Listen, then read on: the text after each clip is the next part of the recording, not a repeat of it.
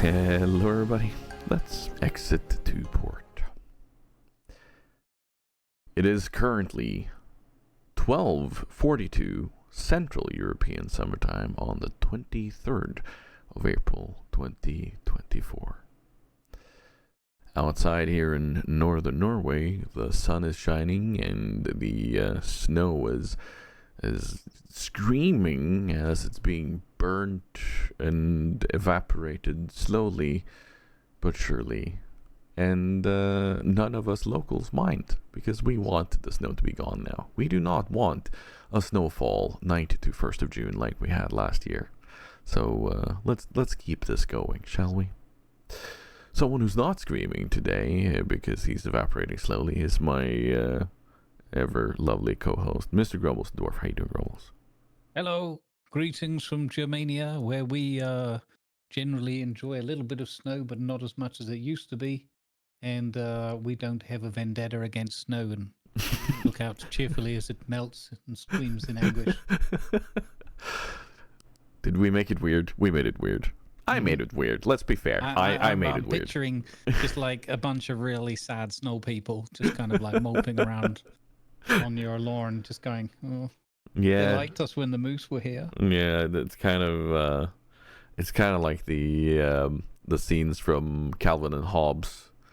All the snow people on the lawn that are slowly melting and just looking sad and creepy and weird. But yeah, you're not wrong. Yeah. So, there's another exit to port, and this time I'm back at my normal seat, which means that one, we didn't forget our intro. I say we, it's me. We now have audio balancing, so like you bet you're behind that there's something else that's gonna go wrong. Do we know what? Nope.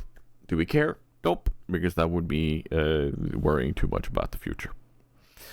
But we do have a packed episode as always. And I just want to remind everybody that we do have a Patreon where you can support us €2/$$ a month, and for the ability to help us with hosting issues. Costs is the word. And because we do have a bit of a hosting cost for this, as a way of saying thank you, we will guarantee you that you get your comment / question in per month. So if you do that, then we will be very, very grateful. It'll take only 6 people in total to help us do that. Just saying. Patreon.com/exitsupport. There you go. We're gonna jump straight into our recently played games, like we usually do. There's been a few games coming out, and one of them took me by complete surprise, and it's the one I've been playing recently. It's called Ereban: Shadow Legacy. As you know, I've been on a bit of a story push lately with Starfield, and then wanting to hop into other story games. We were supposed to hop into Outer Worlds, but then a trip to Germany happened, and charity happened, and then suddenly someone sent me an email saying, "Hey, do you want to play Ereban?" I was like, "What's Ereban?" Hadn't even looked at it. But the instant I looked at the trailer and how it looked and the description of it, I was like, yes, hi, I'm in. This is me being in. Yes, thank you.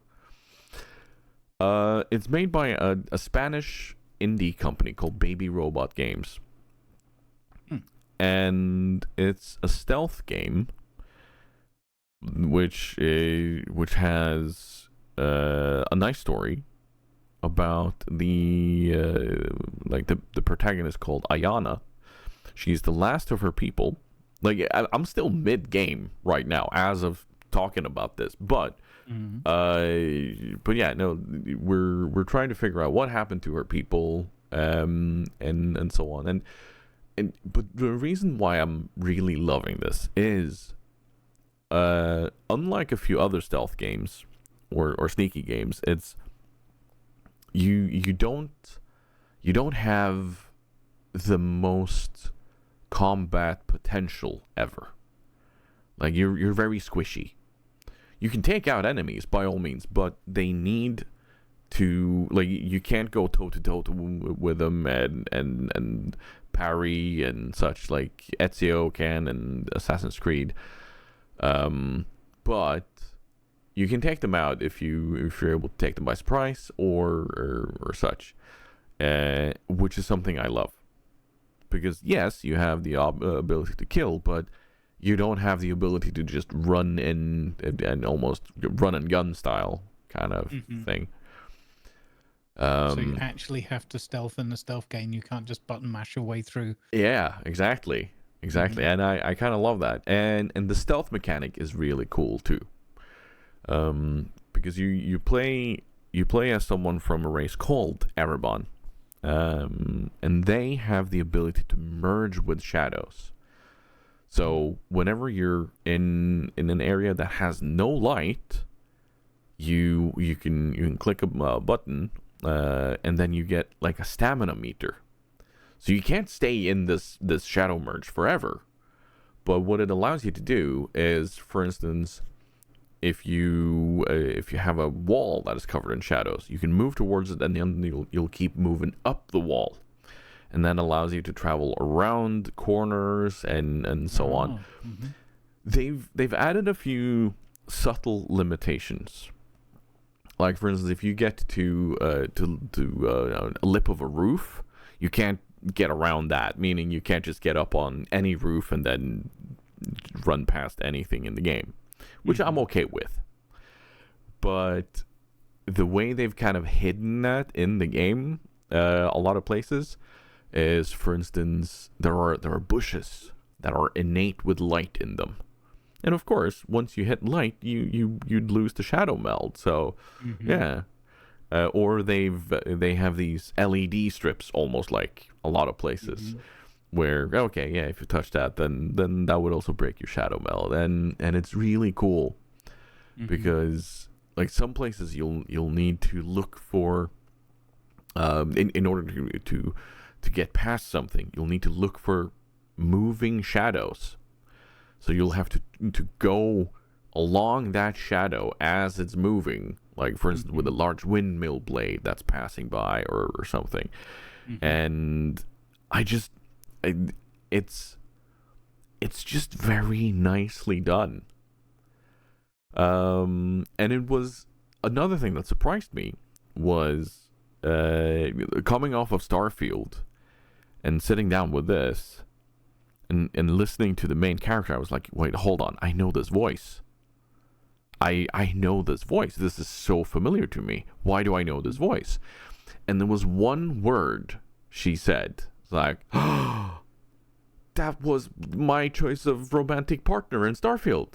It was Andreja. So I was like, this is so cool. So they have like really top-notch voice actors. And not to spoil too much, but there's really cool interactions in the world that some of the NPCs walking around have a good humor, but it's not like let's say you fail, you get caught out at some point. That means you get sent back to the last checkpoint, or you can choose to restart the entire chapter if you want to do it like flawlessly or whatever. But you get sent back to your last checkpoint. But if you come up to that place where that NPC had that interaction again, they won't force you to listen to that again. They won't force you to listen to checkpoints or anything like that over and over and over and over. Like, you hear it once, and then you continue. That way you can kind of stay in the game. There's no there's no element that makes you go, why every single time I like. If there's a really hard part of the game, like you won't have that grating feeling of voices. Yeah. So yeah, no, they were like, I think you looked into this. Like, was it the Triple I event where it was a lot of indie developers that kind of got together and launched their own event recently? Because it came out not long ago, and I know a few other titles in there that we've been talking about at some point. Possibly. My brain won't let me confirm or deny it, but quite possibly. Yeah. No. So if you like stealth games, if you like stories, yeah, Ereban Shadow Legacy is definitely for you. It gives me a mix between Hitman, because it has like a scoring system, it has a morality meter, but also Assassin's Creed, because it gives you a bit of freedom about where to go, but not like, it doesn't give you complete freedom. Naturally, because they want you to go with the story. So yeah, check out Ereban Shadow Legacy, everybody. It's a pretty cool game. So before we go to the next one, I have to ask you, are you now allowed to fully talk about it and give a review, or are we still looking at general overview? Tomorrow no afternoon. Well, I know, right? wait, hold on. That means if we, well, yeah, this episode will be out by like after that. I won't publish this today. Do you want to give your official review here? I think it's like 4:00 tomorrow afternoon. So, yeah. I mean, I can, but we've got to just get the timing right. I mean, then again, this won't say Manor Lords review or anything, so no. I suppose we'd probably fly a little bit under the radar. Yeah, I mean, now I'm on the spot because I've sort of lined my thoughts up to not do a review. You don't have to, like, if that's not where your brain is, but like, just making sure that that if you leave something in there that is kind of reviewy, it's fine. You don't have to worry about it. Yeah, that's good to know. Okay, so Manor Lords was one of the lucky bunch that were given access to the press and creator preview. Still early access, and the game will actually release in early access on the 26th of April. And yeah, as long as we were allowed to play it and showcase it, stream it, do whatever we wanted, as long as we didn't make a formal review, right, or do a review style content that can't be published. I mean, you can make that content obviously, but you can't publish it until after the 24th in the late afternoon. So yeah, it's been we picked it up in the demos and looking at indie games and the Steam Fest and whatnot and the things last year, and it just kind of blew me away. I was like, this kind of feels like you could have this in early access now and just keep adding stuff to it. But credit to the developer and to the publishing house as well. Shout out to Hooded Horse. They've just decided no, we the developer really wants to have the quality right and have enough content that people will be like, okay, this is worth, and we don't have any price information at the moment, so I choose not to speculate on that either. But it was, along the lines of, let's make sure there's enough meat on the bone rather than giving people, something that looks beautiful but leaves you kind of wanting. And I think that was the right way to go about it. And they didn't even give the save game feature in the demo either, which was a little bit unfortunate because the walking the manor around caused it to crash. But all of that is now a thing of the past. We've been able to play the game normally with saving and loading and auto-saving functionality included. And I'm pleased to say as well, in about 30 hours or something, the game had one Unreal Engine crash, which was one of those kind of, I don't know, you're just panning, moving around or whatever, and it just crashed. but we didn't have a single crash, and I used the feature quite extensively when doing the walk around the village and everything. So whatever that was, even though that feature is listed as highly experimental, still it's been solid. So that's good. But yeah, Manor Lords, they managed to take the additional time and just add in and it's a very, very lightweight kind of Total War style from sort of how the mechanics and the sort of look and feel of it, but it's not Total War. Like, people shouldn't go into this thinking they're going to get like a little Total War package mini game within. It's very, very lightweight in that regard, but it's still fun, and it's a nice added feature. And it sort of changes things up for you rather than just doing the colony management. You get this feature as well, and it feels enjoyable. And overall, I would say, the game, what draws people in the most is just the game, the soundtrack, the ambient sounds. It's very immersive for a colony management type game. Right.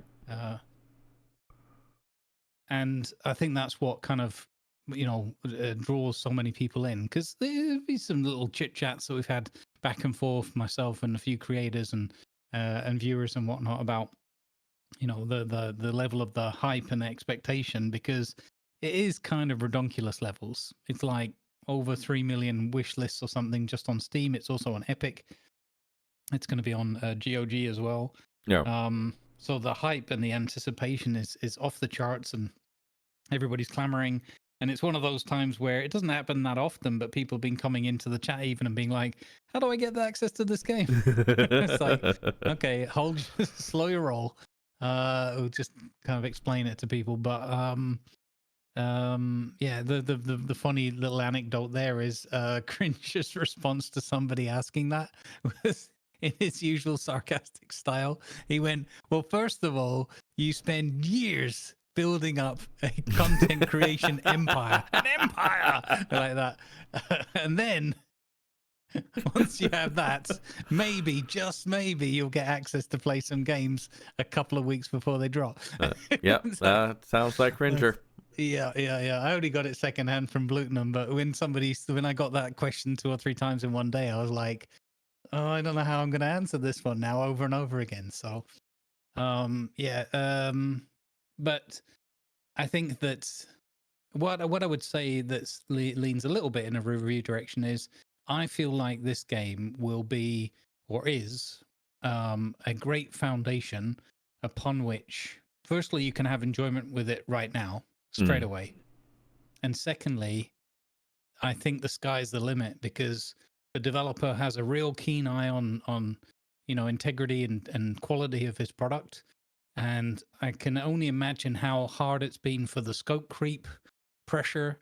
They're like, why don't you add this, and where's this, and where's that kind of stuff coming from all different directions. And also the whole, just release it now, give us all the information, let it drop kind of thing, where they took the extra time. And honestly, you can see, if you look closely, you can see a few bits that are still missing, a few bits that are like placeholder text, some screens that are still kind of, work in progress or whatever. But it seems quite, those are kind of obvious, but not in a way that it's jarring. It's just like, oh, right, okay, that's not there yet, fine.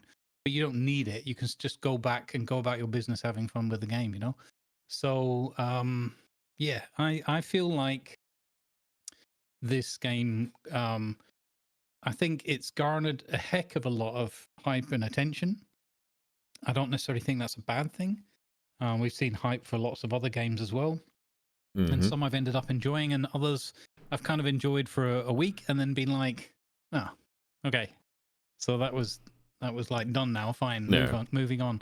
So this one feels a lot more like, and I think the style of game helps it a lot, with all the immersive elements to it, is you're going to play this one a bit, probably a lot, for the first couple of weeks, and you're going to like really burn out on it maybe, and then be like, oh, I wish it had this, or when's this? I wonder if they'll ever add this, and all that kind of clamoring for stuff. Maybe a month rather than 2 weeks. I don't know. But I think then it's going to come down to, where's the roadmap? And in addition, this is a game you can just pick it up and relax and just, whether you slow burn or whether you like to like micromanage and rush your way through these things at top speed, it's got something for everyone. I think, in terms of pacing. And you'll be able to then just put this one down and say, you know what, I did that for a bit and it was super cool and chill. Now I'm going to play all these other things, and then you're still going to come back and you're going to want to bring this one back up onto your list and have another go at it, I think. So I think it's going to have some good legs, some good longevity. And then, yeah, it's just going to come down to the roadmap and what they want to add in. And I don't think the roadmap. I think if the roadmap delivers, I haven't even seen one yet. If they deliver a roadmap that's like a, probably being fair to them, like a 6 monthly thing, like over the next 6 months, you'll probably get this, this, and this, and this will be the big one will be here, and then that'll probably be okay. And then my main concerns for the game are just that it's going to be crushed under this weight of expectation. And you're going to have a percentage of people who'll be like, "Oh, I thought this was going to be like Total War." Yeah, that's kind of the Right. thing, because it was shouted from the rooftops as a Total War competitor and killer, which is why it has also been skyrocketed to one of the most wishlisted games on Steam ever. And hopefully the developer takes his time, because it's one guy with some help. He takes his time and actually gets his footing and does it right. And he also, I really want to see more devs take the approach that Arrowhead Studios, the producers of Helldivers, is taking, where they're kind of taking that, okay, content and then fixing. Let's wait towards fixing and have the focus of having a game that plays well first and foremost, instead of trying to push content constantly. So and I think if Manor Lords is able to do that, and kind of introduce the Total War part like a tiny bit at a moment, and just getting it right first, it is going to be absolutely massive, because you got the city building, which is beyond anything else I've seen in a long while. That is, like, we're talking this is City Skylines, only medieval times. Because you manage so many things. Like, you manage the people, you manage the buildings, you manage everything. And then if you were able to add in the Total War aspect of the army management in a good way and merge those, it's gonna be big. It's gonna be huge. Yep. So, yeah. I mean, the last thing I would say is that, as I said, I think my concern, the main concerns I have are some people are going to come in and say this isn't Total War, right? And I hope that they just kind of take a step back and go, well, I don't know who was exactly pushing that, and I don't think it would have been the developer or the publishers, but No. you never know. I sincerely doubt it, because it's not Total War. And it's not going to be a Total War killer, and it's not, because funnily enough, I just fired up Total War to have a quick look, and yesterday, just because I was thinking about this, and it was like, no, this very, very, very, very different game. What I would say with Manor Lords is Manor Lords made me wish that Total War, Warhammer, for example, had this in it, had the building and managing your settlement kind of thing. I would go, on a micro level and say, yeah, give me like a little region to manage, and with a couple of little neighbors and stuff. I don't need 30 place, or whatever, 300 regions to conquer and 3,000 cities and all the rest of it. Just give me like 10, and let's have a real like creative approach to it. But I'm not being critical of Total War. That's just a completely different game. So I think that the combat stuff will get better. I've only seen the preview version, and it did have a couple of little bugs with it, but I'm pretty sure there'll be bug squashing, as you said. And yeah, the other thing I'm slightly worried is that a lot of people will go in looking for the in-depth, like analytical, all the data sheets, to manage everything at that level. And I don't think that those people are going to be satisfied. They'll probably still enjoy it, but it won't be. It's not going to be your manage everything. Move all the people around manually and stuff. It's got little hints of that and certain elements, and I think that's part of the intention and the direction. But it's not there yet. Will it be there on the release in a couple of days' time? I don't really think so. I don't think there's that much time to see a difference. If it was there, I think we'd have already seen the rough version of it in the preview version. But will it be part of the next 6 months or something? I feel like the developer is somebody with this eye for detail and quality, and he'll want to give you those options and those sort of little data sheets and stuff like that to help your management progress. So I'm also hoping that it feels a lot better than what we had a year ago, with quite a lot more content and detail added in certain areas. I'm hoping that this is like they have got a sweet spot and that people will accept an early access launch and that they will get a lot of enjoyment out of it for what it does offer right now. And then I hope we get a solid, after the first round of bug fixing or so, the first month or so, I hope that we get a clear roadmap. Yeah. So we'll see. I'm excited for it. And I think you're, or not only think, I know you're not the only one to be excited for it. So no. So yes, we've even added a Discord channel for people to post their pictures of their village and a short story about what's going on in their village, because it captures the imagination a bit. You don't just sort of play the game in a typical way. You feel part of it and you feel a certain immersion with it. So it's going to be fun. There you go, folks. If you like Manor Lords and you want to contribute to Grumbles' addiction, you can head on over to 1-800-GRUMBLES Discord. Speaking of addictions, I love games that allow me to build up slowly and see progress, and just not necessarily throw me into difficult combat every single time I want to do something. We're talking Dinkum, we're talking Polya and similar. Why am I not allowed to play Lightyear Frontier? Developers, I want to play it multiplayer together with you and Stats, because I've been watching both of you, and it just looks like an amazing chilled out game, but it adds a tiny bit of that kind of do things within a day element that I also think is like it's enough to keep you pushing for doing things right and in a good way. So Lightyear Frontier, what's your thoughts?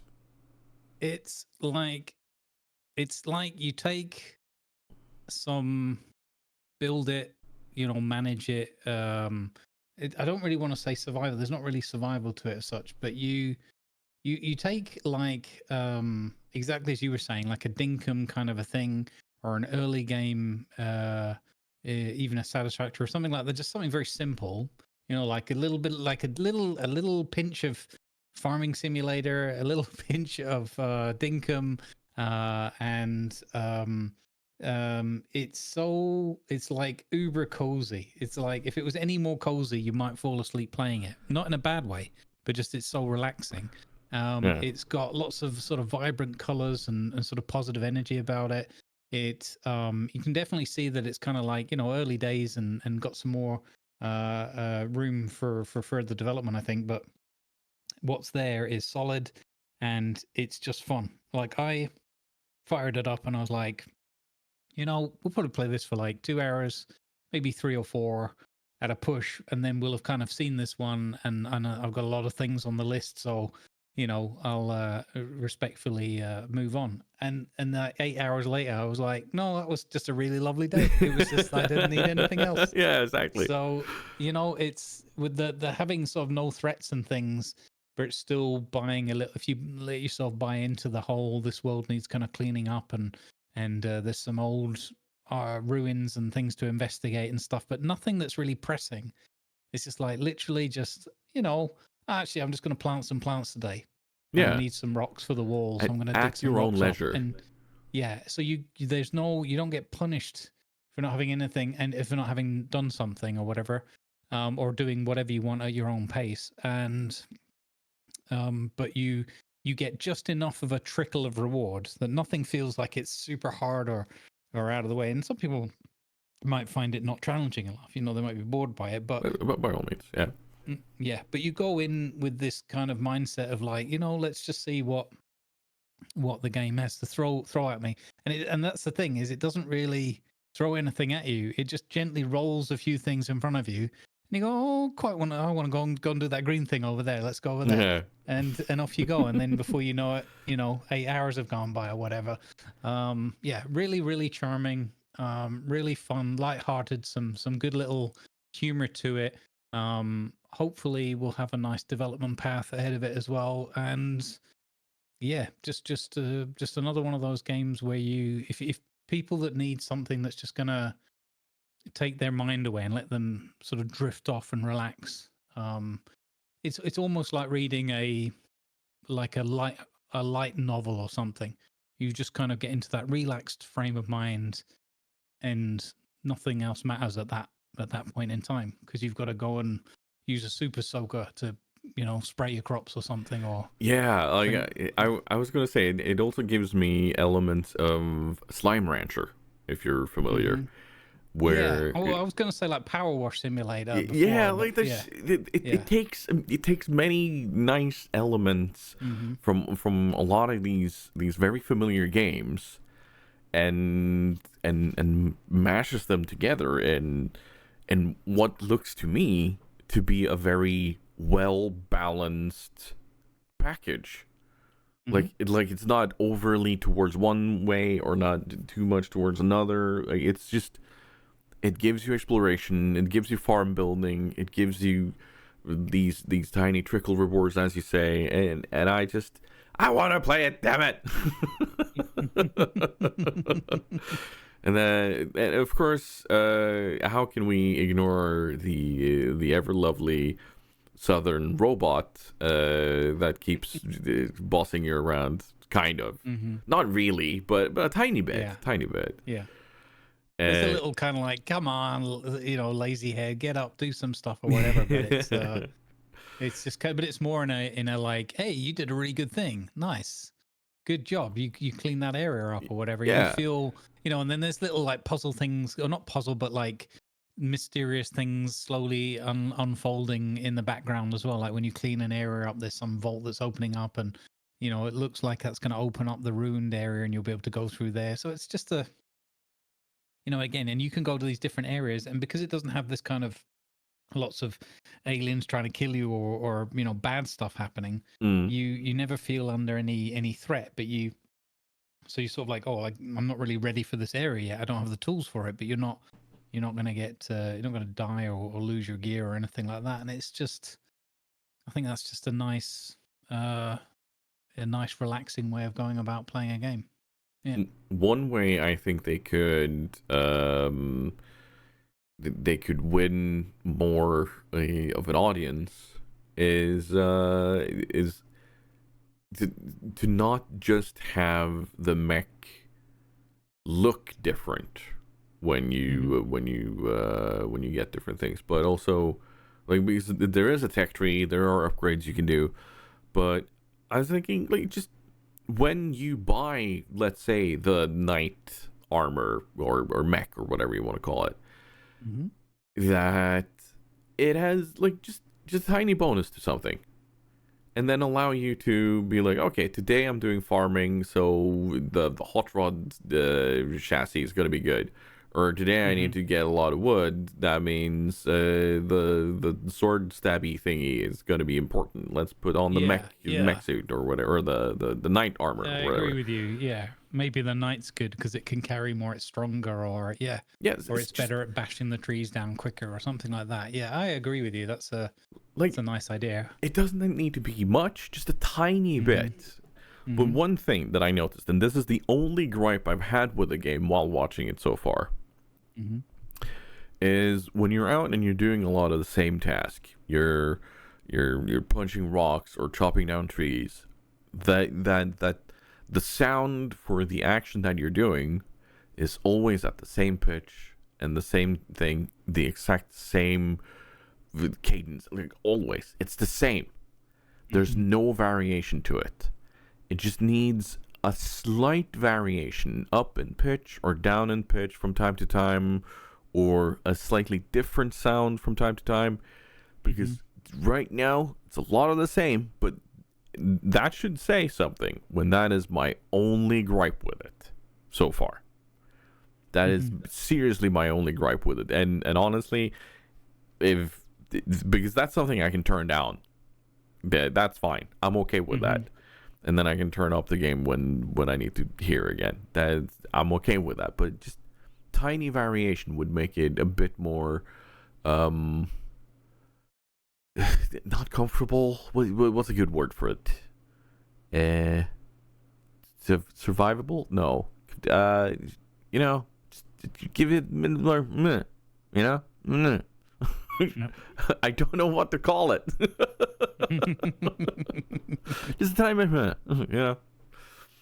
so yeah, no, Lightyear Frontier. Yep. Are you sticking with it, or what's your thoughts on it? Like, what's going forward with it?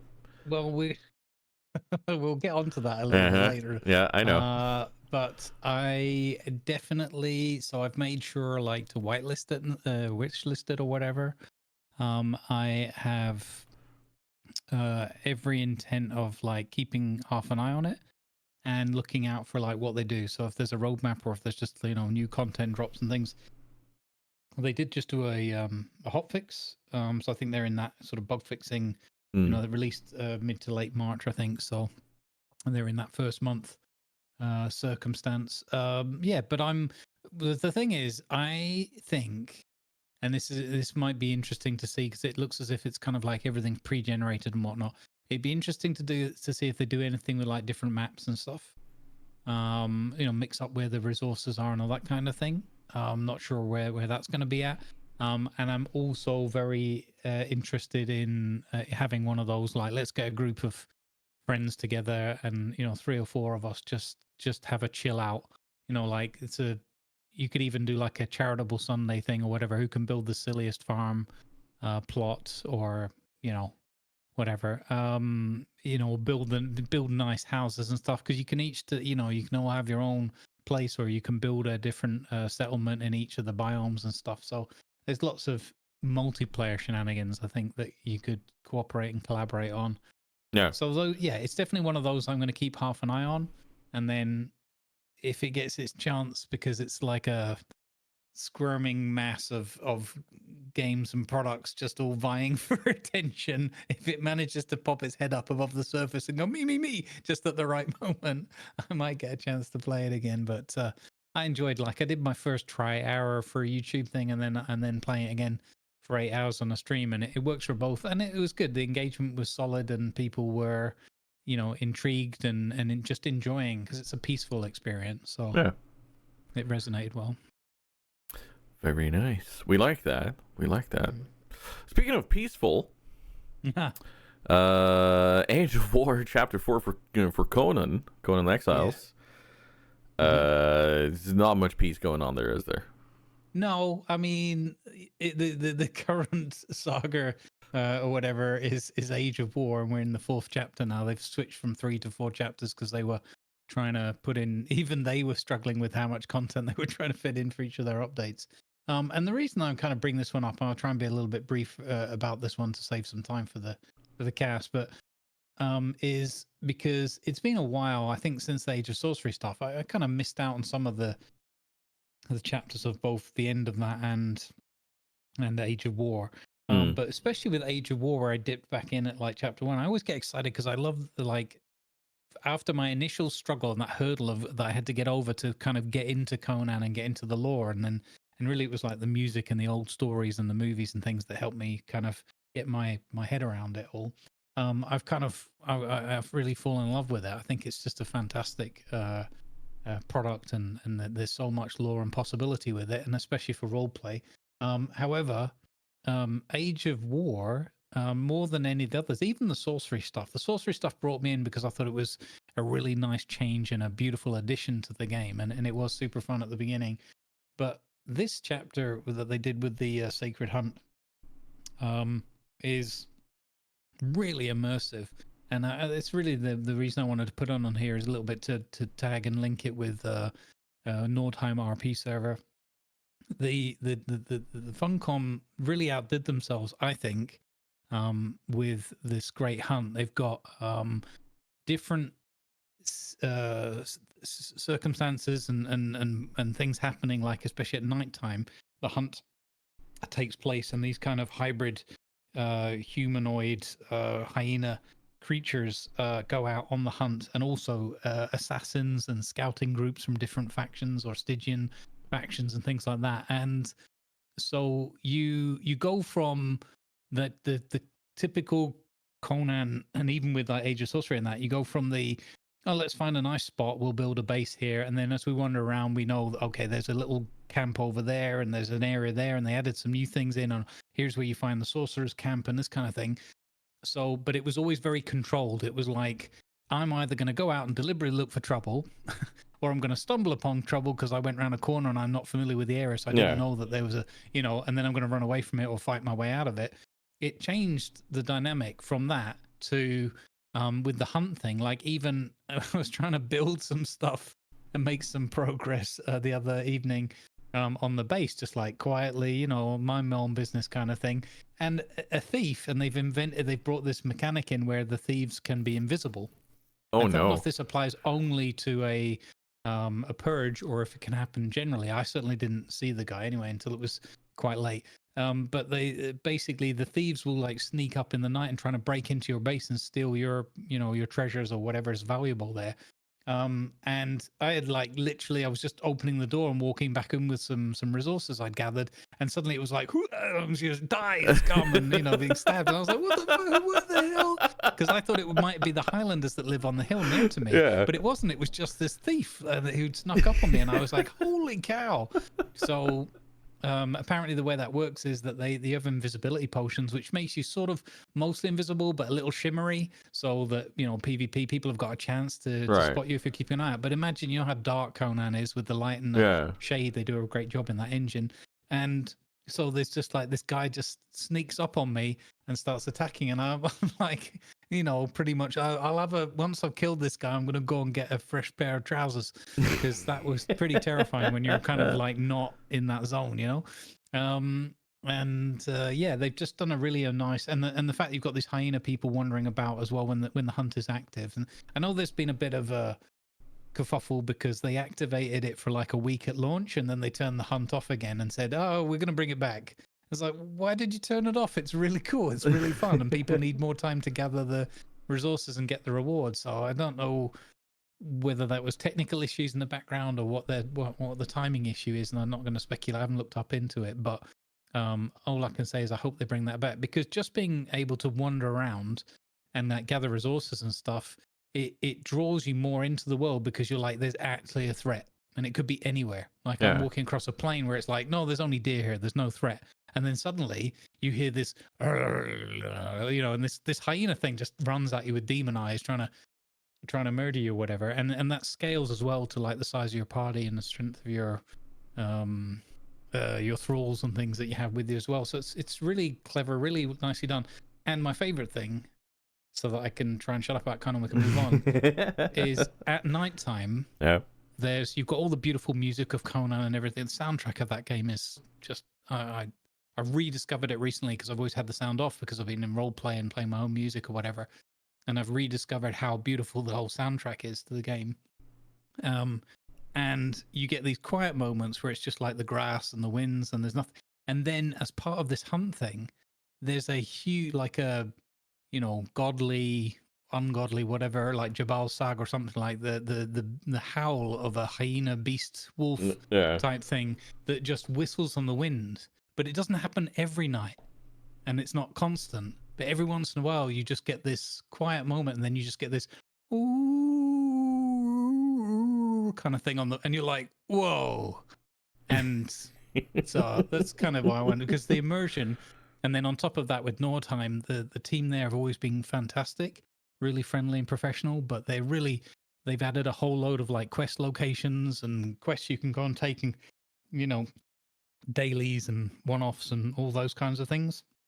And adding that on top of the role play opportunities with other players, it feels so immersive right now with all of that stuff going on in parallel. That that's why I wanted to bring it up, because it's like, it's not new or whatever, but the combination of the team at Nordheim and what they're putting in for role players, as well as what Funcom has done with this new Sacred Hunt and all that, is really chef's kiss. We like that. That's like we talked a bit about games that have longevity last time, and I think Conan Exiles has proven themselves to really stay with their product and keep updating and so on. So yeah, no, it's that was one of the ones we missed last time.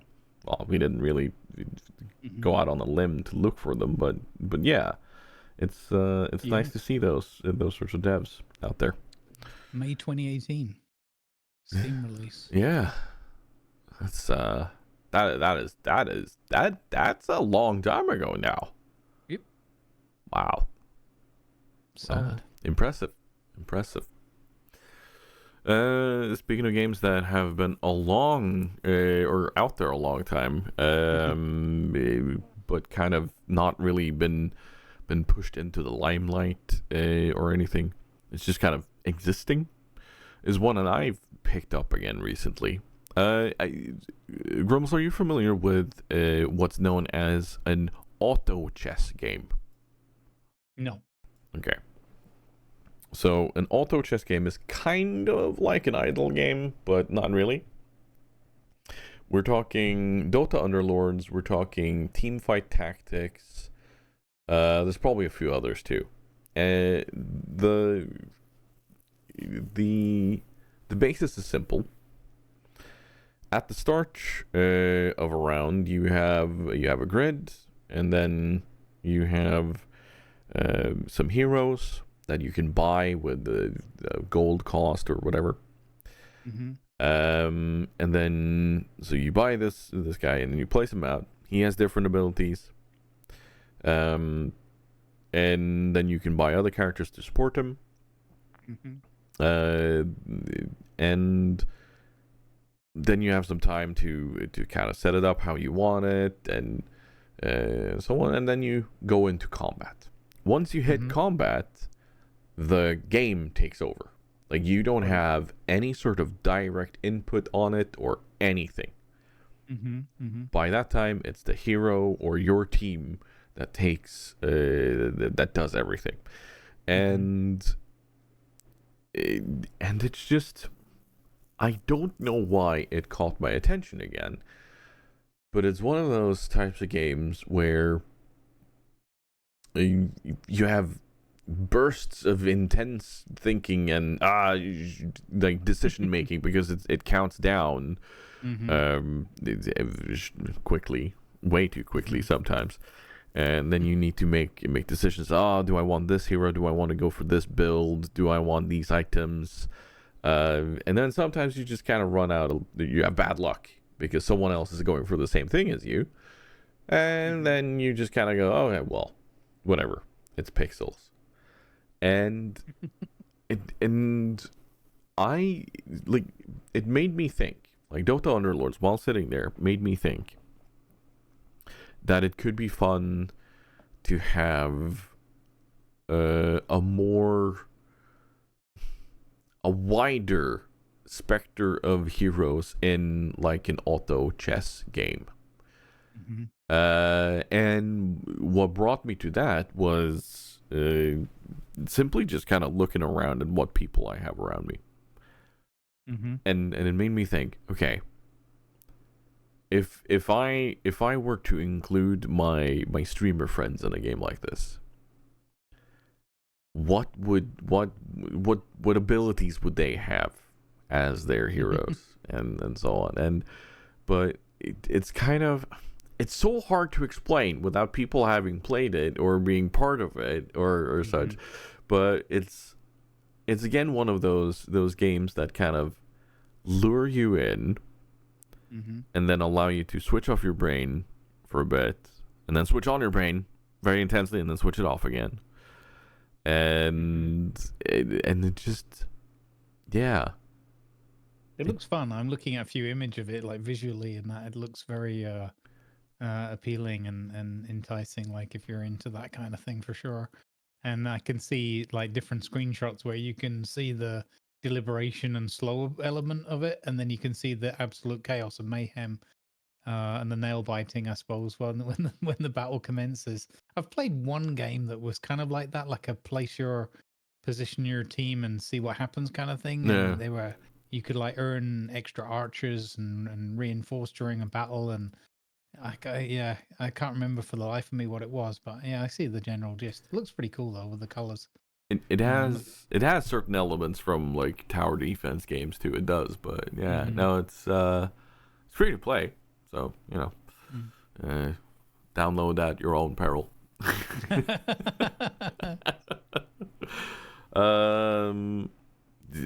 But it's one of those that I know it will keep evolving.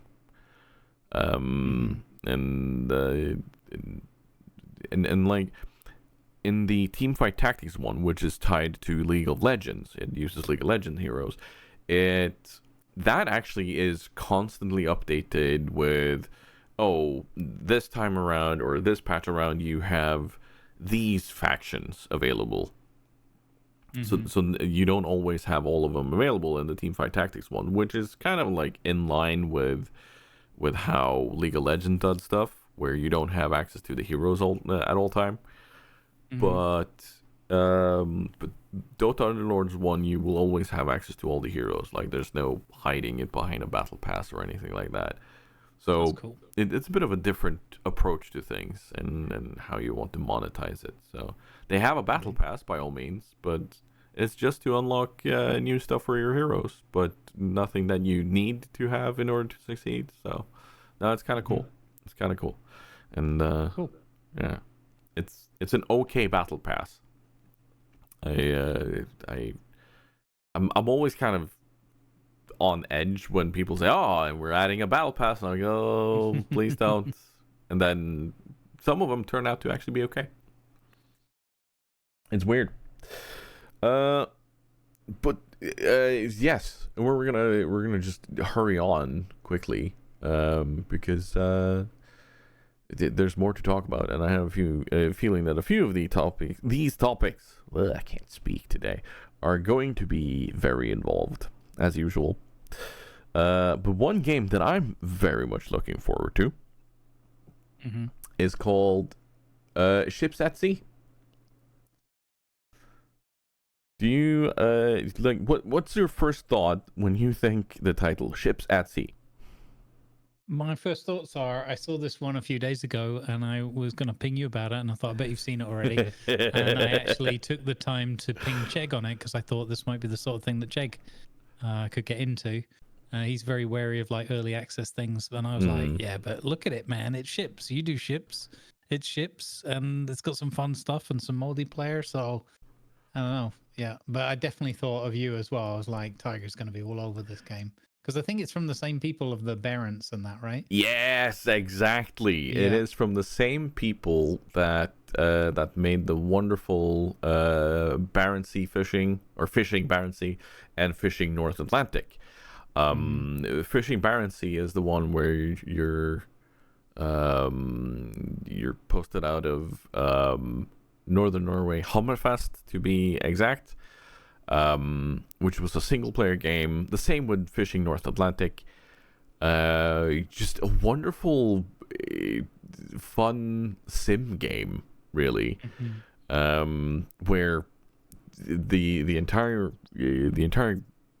goal is to upgrade your quota, your fishing boat, getting better gear and exploring, and so on and so forth. I recently got a ping from Keymailer saying, hey, we think that this might be a good game for you. And I was like, Ships at Sea. And I looked at the logo and I was like, oh, no. Don't tease me like this. Don't tease me like this. And I started scrolling and I saw it was the same people. I was like, yes. And I instantly applied for it. Because this time around, something that I noticed that I wanted for the first game, number of players says single player or online co-op. And I think you can have up to 4 people working together. I don't know if you're all on the same boat or if you all have separate boats. But I absolutely love the idea of it because it's not just fishing. Like, it's cargo, you have service operations, fishing too. And it's based in my neighboring region of Lofoten, in a 46 by 46 kilometer world scale 1-to-1 large map. That's pretty freaking big. Yep. And me knowing the area and such, it would be so cool. It would be so cool. And they have proper licenses from shipbuilders to equipment makers and so on. So as far as derpy but potentially really time consuming sims go, man, I'm all over this. Yeah. I recently spoke to Emzia, who's one of the Twitch ambassadors. She's OG Twitch. She also loves Euro Truck Simulator and such like that. And I pinged her on that, and she was genuinely excited. She was like, "Oh, I'm gonna need to check this out." So yeah, Ships at Sea. It says it has release date on the 9th of May. And we could potentially see keys being distributed in 2-3 days. When can I start making content? You may start producing content on 9th of May. No! Don't tease me like this. Oh, I hope I get a key. Oh my lord, I hope I get a key. Yeah, that would be a good fit. I thought of that because it reminded me a little bit of when we did the airport sim thing a bit. Yeah. I just, as soon as I saw it, I thought Tiger's going to be all over that, and then I was like, I've got to ping Chegg because he's been looking for different games, and I was like, so maybe I can tease him to play that one. And I thought, well, imagine some multiplayer shipping shenanigans. Yeah. So Cthulhu was the one who originally set me on to the first game, and I think he even gifted it to me. And we've been playing that a lot, like not multiplayer, of course, but we've just kind of been sitting around. But we've been thinking the entire time, this would be so cool multiplayer. This would be so much fun. And I think the devs heard us. And now they're just kind of doing that. So no, it's like any sim game that has just even a local, no, not local, but online co-op for like 3 to 4 players. You just kind of raise the roof so much. Like you mentioned, the airport sim one, where we had a lot of fun. We need to revisit that. I think they've had a lot of updates. Or what others have we touched on that are just silly like that? Where I know we need to check out Ranch Simulator at some point. Because I have a feeling that we could make plenty of content from that. So yeah, no, Ships at Sea. Keep a look at that, people. Especially if you love sim games, it's going to be excellent. Yeah. Moving swiftly along, or do you have anything on the horizon? I think we went through it in the editorial meeting. I there's others, but I want to move on because Yeah. it's gonna be 2 hours of games. Yes, that's true. Just a quick note: topics from the gaming world. A study that was done in 2022 has recently been published. It's been done by Oxford. It has massive amount of people in it. They went into looking at gaming and mental health, and they found out that gaming, no matter what game, like we're even talking War Thunder and Rainbow Six Siege and Apex Legends and all these normally stressful games that people would like think, oh, competitiveness makes you bad. All of these games, they included all of them, and they found that it's not bad for mental health. We're like, no matter if you're playing Stardew Valley or Apex Legends, it's good for your mental health as a gamer. Caveat: the only bad thing they found about it was if you have an addiction. And in that case, it wasn't the game being bad for your mental health, but it was the addiction itself. So, yeah, for anyone saying, oh, it's bad for your mental health, you can just give them the shushy and say, no, it's not. And that's how simple that is. Can we say the same thing about content creation, however, Grumbles? Well, it depends. Yeah. What does it depend on?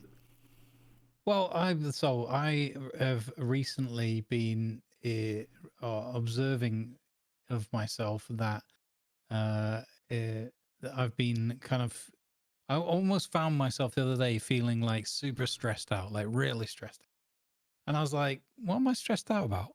And I was sort of thinking it through. And it was while I was going through another one of my, after a couple of days off my routine of like, what am I going to do tomorrow when I'm back on? So, because I have this, I have this deep like enjoyment and appreciation of the time I get to spend, streaming in particular, but even the other content creation is pushes other buttons, but it's fun for me. Because my core mission just to put some smiles on some faces and give people a bit of mental health relaxation or whatever, or a break from reality for 5 minutes or whatever I can muster, myself included. And I found myself getting really stressed, like on a couple of occasions where I'm like, why am I'm just like tearing myself apart because I want to do like all the things, and they're all coming up all at once. And this month's been really like exacerbated the situation. And so I just sort of asking myself, I'm always trying to preach to myself anyway, less is more, or quality over quantity. But I've always been someone who's tried to do everything basically, like as a workaholic through my traditional working career. It was like, well, we can just do all the things. And if I just add on an extra hour here or whatever, I can get that done as well. And if I just add on another 10 minutes there, I can get this done. And yeah, that led to kind of a burnt crisp of a dwarf at some point. And definitely don't feel that way in terms of content creation, in terms of the overall experience and the delight that I have in being able to be there and sort of put on a show for people and enjoy it myself as well. But the element of, but what am I going to play today, or how am I going to squeeze this in, or am I doing someone or something a disservice by not doing all the things? That's similar to like the feelings I have about taking 2 days off to get away from the computer and do, or at least do other creative things, and let certain areas of my brain cool off while I do other things. I give myself a hard time every week as it is just by taking that time off, because I'm like, well, you could just go live now. It doesn't matter. it's Monday lunchtime. Just do it. But I'm starting to really realize, and especially Mondays, where I try and take a day where it's like, this is vegetable day. I'll do. It doesn't matter if I want to go out, I'll go out. If I want to, read a book, I'll read a book. Whatever. But it's like this is that one day, and it's incredibly privileged because I also always have it in my mind that there's so many people that just can't do that. I've got to be very careful with my mental health because I'll take myself down a rabbit hole of being like, why aren't you doing all the things? Because there's people out there that can't even take 5 minutes of a break or don't have a glass of water, at the end of a tap and things like that. And, you got to be very careful with things like that in my experience. And I got to remind myself, but, those things are not my fault. It's good to be aware of them and it's good to think and reflect and have compassion. But I've got to just do what I can do on my little bit of the journey, So, and it's, I definitely feel and take a lot of confidence from knowing that it makes a difference from me and for, the community to put on the shows that we do. But I just got myself really into a bit of an extra tizwas over the whole. Well, I want to play this. Like even the ones we talked about today for the sake of the podcast. It's like, well, there's these other 4 products that, that could be on the list and whatnot. And it's just crazy. And it's just something that I observed. And I thought, well, we should probably talk about it a little bit, even if we can't conclude it or there's no magic answer other than to try and just be self-aware and to try and recognize when to step back. But it's just something that I've observed, and I was really surprised because I was like, compared to things I've done before, there's no reason why any of this should be stressful. No, exactly.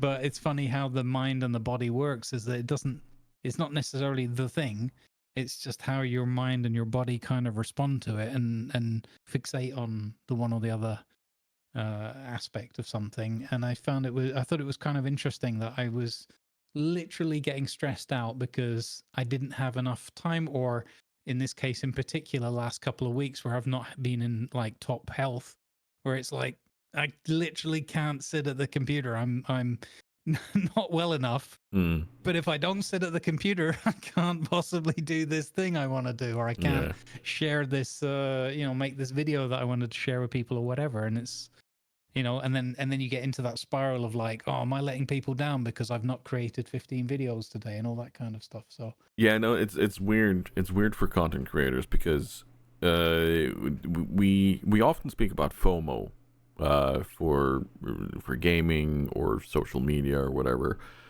but it's a different kind of FOMO for content creators. And I recognize what you're talking about. I recognize that all too well because it's gonna sound weird, but when I decided to no longer be full-time, it was a decision made from one, me feeling like a burden on my own community, but also like I wasn't performing enough. Like I wasn't doing enough. Like that was constantly in my head. Like not creating the correct content. Like there's a reason why I have 3 Twitch channels. Like I have my partner channel, I have Live from the North, which is just kind of doing its thing by all means, but I also have the one where I started doing my my 3D printing and so on, which was meant to be more like we do whatever we want here. We don't worry about the numbers. We don't worry about anything.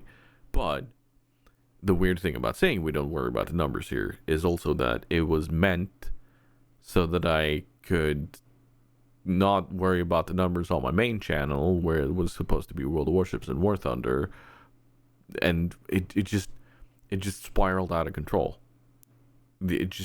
Everything was content always. And taking a day off, oh my god, could never. It's like, but I, because the mentality was, but I can't produce income if I'm not online. I'm like, that's fine. it has to be fine, because the brain, like you say, needs a break.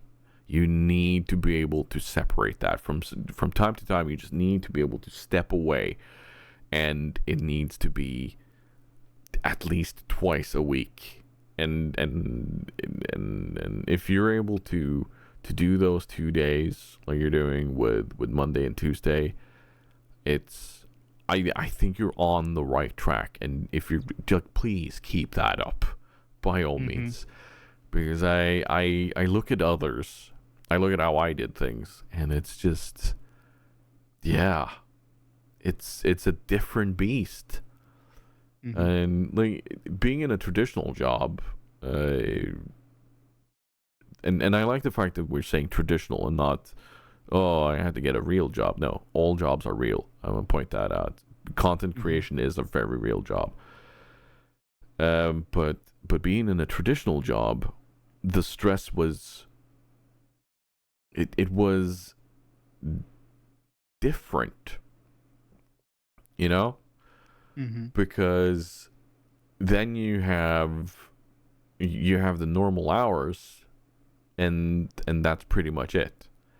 Like at some point you hit a Saturday or a Sunday, and for most people there is nothing happening in the office. Then there's nothing happening at the traditional job, so it's so much easier to actually disconnect on those days. Content creators, content's always there, isn't it? Yep. And there's always that feeling of like, well, we could just do this. It'll just be fun, right? And it probably will be fun. But I think what I hadn't recognized was that it can also be exhausting. Yeah.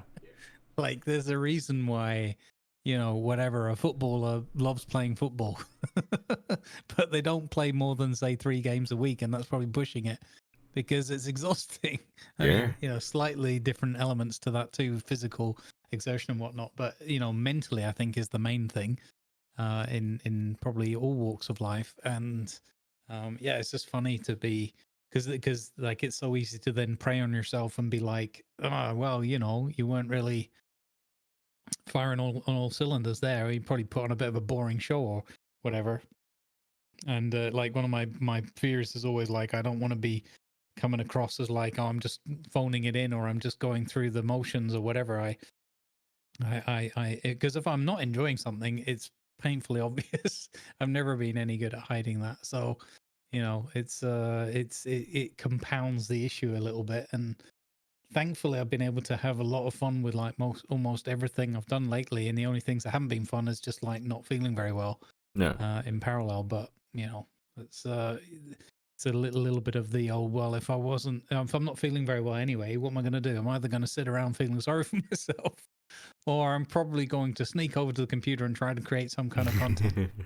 So, and if I start playing a game, it's that's one I still find tricky. Of like, is it just going to be playing a game and having some fun with it, or is like the amount of times I've started RimWorld up recently and be like, oh, I really want to have a look at a lot Anomaly and just relax and play some RimWorld. It's not necessarily the best game to relax to, but the idea is there at least. And every single time I get to the point where I've almost created everything, and then I just close it because I'm like, I can't do this without everyone being able to see the complete disaster that I make of it.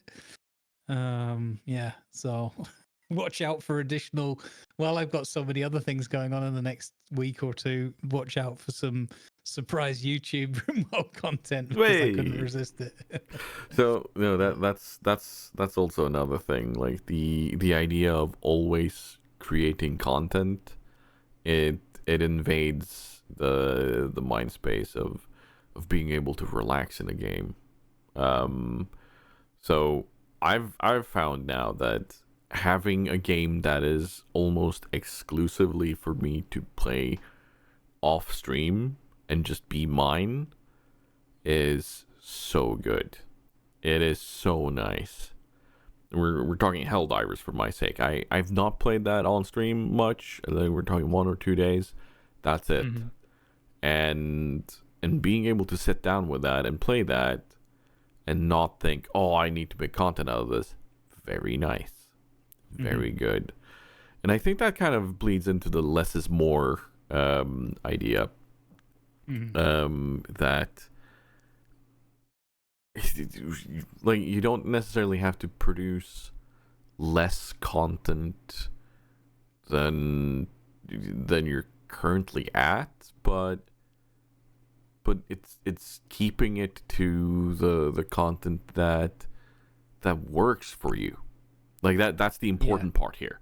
Like, don't stick with something just to stick with something. It has to be fun. It has to be engaging for you as a content creator or a streamer. But the instant you find that, go with it.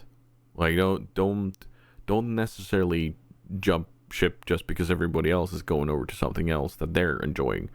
You know? Oh yeah, for sure. I mean, that's something that I used to be better at being stubborn and being like, no, this is what I'm enjoying right now. I'm playing this, and I would stick with the game for like a couple of weeks, and I think it worked.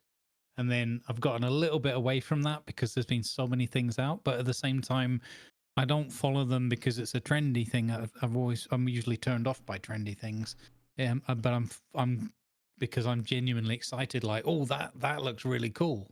I do want to have a go at that and see what kind of a mess I can get myself into. But I've noticed I think it's also just because this last month and a half have been crazy for just like updates and new releases and There's things. been a lot, yeah. Yeah, and I've just gotten myself a little bit. I always said it because I used to say it in the past to Cringer and be like, "How do you play so many bloody different games?" All that I can't. My head would be in a spin. And here I am now, 6 months later. I'm just gonna throw him under the bus now, and I'm I'm playing all these different games, and it's fun at the moment, at the time. But afterwards, I'm like, "Wait, what did I play yesterday? What did we just do?" And like, where am I at now? Have I done enough of this? Can I move on from that one? And then you get the one or the other, like, and people don't ever mean it, and I don't want people to stop, but sometimes people will be like, why aren't you playing that other game? Or what happened to that other game? And it like 99.69% of the time, it's completely fine. It's like, well, I'm just playing this one today because this is the one that was making me smile, or that I was excited about this morning when I was getting ready to go live. This is the one I wanted to do. But there's that odd moment where you're like, oh, yeah, I really wish I could be in that game as well. And I think that the whole like the last week and a half where it's like I haven't felt that well, and then all these different things released all together, and then the little feelings that I have in my own mind where I'm doubting myself and be like, should I be doing this? Should I do that? Should I? Do I need to take a day off of this one and go back to that one or something like that? And then you get those comments coming and you're like, oh my God, you poked me exactly in the sore rib right there. Got it. Good job. And obviously you can't overreact to it because you're like, it's not their fault. They don't know that you're having all of these kind of doubts and thoughts and whatnot. And typically then I'll just share it with people, but it was just something that I felt that was worth throwing out there and discussing with people. Like, in the end, you've got to be a little bit more belligerent, a little bit more stubborn in a way, and say, you know what, this is making me smile. I'm doing this. And when it's not making me smile, or something else is going to make me smile more, I'm going to do that one. Yeah, no, like, it's kind of like the equivalent of chasing the dopamine for someone with ADHD. Like you go for the new thing that looks fun, you do it, and then move on. And to some people, like to to give this a bit more meat on the bone, if someone watched me in the middle of my chasing the dopamine kind of period where I'm zooming around the house doing different things constantly and never really returning to what I started with, they might look and go like, what the frack is this kind of chaos? What in the world is going on here? But inside my head, everything is, oh yeah, it was this thing, and then fiddle a bit with that, and then you suddenly goes, oh shoot, the 3D print, yeah, I'll go fiddle a bit with that, and then you do that thing, and then at the end of the day, my brain goes, that was a good day, I'm happy, did a lot of stuff, was fun, And it's kind of the same thing, because as a viewer sitting there watching a streamer jump from game to game, they might go, but I was enjoying that other game. That other game, we need to finish that other game. It's not done. But the streamer's like, yeah, but I'm doing this now because I enjoy this. I want to do this now. May I return to the other some other point? Yeah, I may. I might. Who knows? We'll see. But it's kind of that same vibe there, and sometimes you just got to do it. It's one of those things that really allows some content creators to keep on going, like, trying new games, trying new things, and and talking to people, and in sort of that same street, one of the things that always gives me a bit of jab in the side is whenever I jump on a game I've not played in a long while, for the sake of conversation. Let's say World of Warships right now. Mhm. And I always get that, oh, you're back on World of Warships, and seeing a name I haven't seen since last time I played World of Warships. I'm like, yeah, I still stream though. I still make content. I'm still me. I do the same thing in the other games.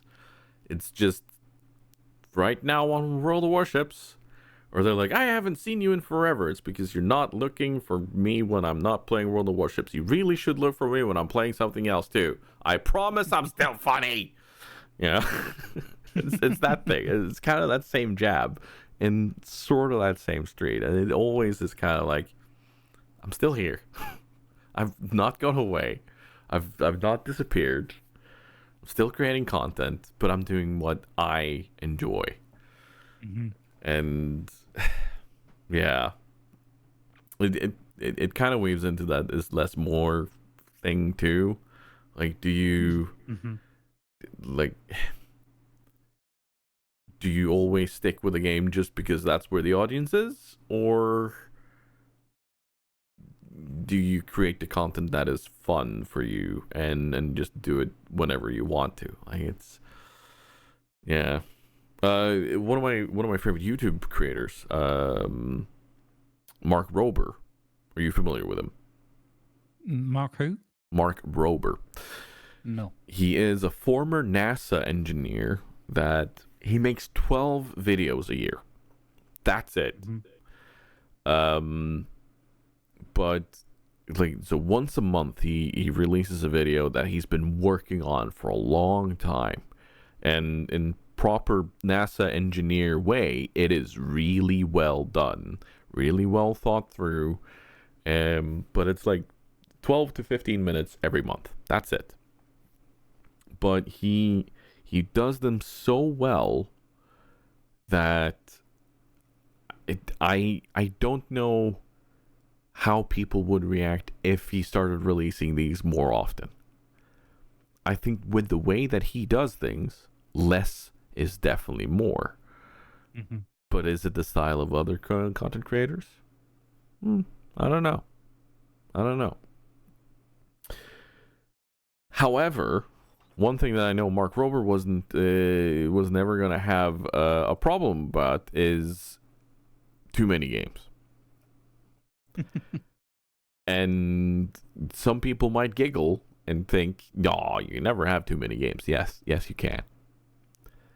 And to talk to us today about this, please join us for our TED Talk, Mr. Grumbles the Dwarf. Wait, wasn't that what we just talked about? Kinda. Kind of. Yeah. Yeah, No, no. I actually, I would, I think we should shorten it up so that in the interest of cast time, but yeah, they're definitely tied into that topic, not exclusively the only cause, for sure. But I'm definitely someone who's like, I'd rather just play what I'm in the mood to play, and the game in any case is just part of the show. It's not the show. And that could be different for different content creators, but for me, for sure, I recognize now, and it's been part of my journey. I recognized it fairly early on that the game is just there. It's not exactly background noise, but it is an integral part of the show. But it's not the show. Hmm. And so that's helped me a lot with the whole too many games, in terms of like, once I've set my stall out and I'm like, okay, I'm doing this today kind of thing. And sometimes you have like a feeling of regret, or like, oh, I wish I'd started with this other one. And I know a couple of other creators that will just, at the drop of a hat, they'll be like, you know what, I don't feel this right now, I'm going to do this. And I've probably done that once or twice, but I try not to like, if I've set my stall out and said, okay, I'm doing this, then I don't like to change it up within like an hour or two. But maybe I will going forward if I feel that way. But I typically I have an idea like the day before, and I'll be like, okay, I'm gonna probably do this tomorrow. Here we go. And if I'm having tons of fun, it's like a no-brainer. It's just like, yeah, we're doing more of this tomorrow. It's great. But sometimes I wake up in the morning, or while I'm going through my morning routine, getting ready, I'm like, I don't feel this game today. We're gonna do this other one instead. So I know that some of the lurker crew, that we have quite a small but growing group of lurkers that like to hang out and chat amongst themselves before the show starts, and remind me when I'm late and stuff like that. No, I'm just teasing. They don't really do that, but it's always interesting to see the reactions of like, oh, he's playing this one today. Interesting, like that. So it's quite fun to kind of dip in and out of that chat in between sips of coffee sometimes. But yeah, having too many games can, it definitely adds to the problem somewhat, because like anybody, I get excited. I'm thinking, oh, this could be really fun. I'm really excited about this. It could be something visual, or some, just the lore, or just a general feel about a certain product, or in some cases, often for me, it's like, I'm gonna mess this up really badly, and it's gonna probably be very funny for me and for everyone watching. So let's go. So I like, yeah, I'm looking at you, Rimworld, in my library. Yeah, so I'm not too bad with it, just purely the games, but I definitely, I guess that linking the topics up is definitely the one of like, not what the audience wants to see in terms of numbers. I don't really think of it like that ever, or that doesn't bother me ever. But I think of it in terms of like, oh, I know that the community was really enjoying this game. Yeah. But I'm not feeling it, and I really want to move on. So like, I struggle with the whole, but I've gotten a lot better with it. I struggle, but I now I rip the Band-Aid off when I need to. I'm like, okay, this has been great fun for a couple of days, but not today. That's not where I'm at today. So I've gotten better with that, but it's definitely something that we have to, always consider. And that is like, ripping the Band-Aid off for me is one thing, but ripping the Band-Aid off collectively for the audience, we're like, surprise! We know how we had loads of laughs and good fun yesterday. We're doing this completely different thing today with a totally different vibe. Yeah. Good luck. It's that one's particularly jarring when you're like in a role play scenario. But I've started to take notice of a few creators that I've got respect for, and I see kind of how they go about like dipping in and out, and it's something I'm experimenting right now, like with the Conan, where I'm just dipping in and out of a little bit of role play when I have the time and the inclination. And when I'm not feeling it, I'm not going to just be like, oh, we're going to sit here for 8 hours in Conan and hope we bump into someone or whatever. We'll just do something else because I don't think it's there today. So yeah, that's a work in progress for me. I think a lot of other creators will notice a similar thing with too many games being stressful, because of this whole idea of must stay current, must play the meta of Twitch and so on. And I really wish there wasn't a need for that, but yeah, no, there's like a certain somebody's title the other day with Manor Lords was like, Manor Lords, the game for the views. made me wow. Yeah, I'm not. Okay. I've already mentioned him too many times today, so I'm not gonna. But I think it's pretty obvious who that might have been. But it was pretty funny. Yeah, it's that Texas Hula guy, right? That's right. Yeah, that's it. Yeah. Damn it, Hula. Yeah. No, it is one of those things that it's a luxury problem, but it's still a problem. It is, definitely. You know what else is a problem? What's that? Know your role. I still haven't fixed that intro. That's also a problem. We're gonna talk a bit about starter kits when role playing, and I have a feeling you had a specific thought here, but I think we can branch this out to not just be with your specific thoughts, but we're gonna throw you in the deep end. Let us know what you were thinking. Okay, so we had these conversations and thoughts. There's some things I was thinking about offline while I was trying to set up and get set up and running, and some RP things I've dipped into recently, a bit of Ark, Scorched Earth, and a bit of Conan as well a bit later on. And with Ark in particular, it became very painful because it was Scorched Earth is well renowned and known to be a horrendous starter map. Just you're just dying of the heat and or over aggressive animals everywhere. Mm-hmm. And then you go through the usual survival thing, and there's the the usual meme of like, well, any Ark, you log on, you get eaten. You run 10 feet over there to go and get your spear back, you get eaten again, and so that's kind of the meme. But Scorched Earth just takes that to a whole nother level, and it's one of the few times in the last couple of years where I've like pretty much not rage quit in the sense that I'm like super sweary and whatever, but I've just like deep sigh. Okay, I'm logging off right now. I'm not playing this game anymore. I want to, and there's things I want to accomplish in it, like build a base or whatever. But I am simply not putting up with this game's shit right now. So yeah, that was really pushing my buttons, and it got me to thinking.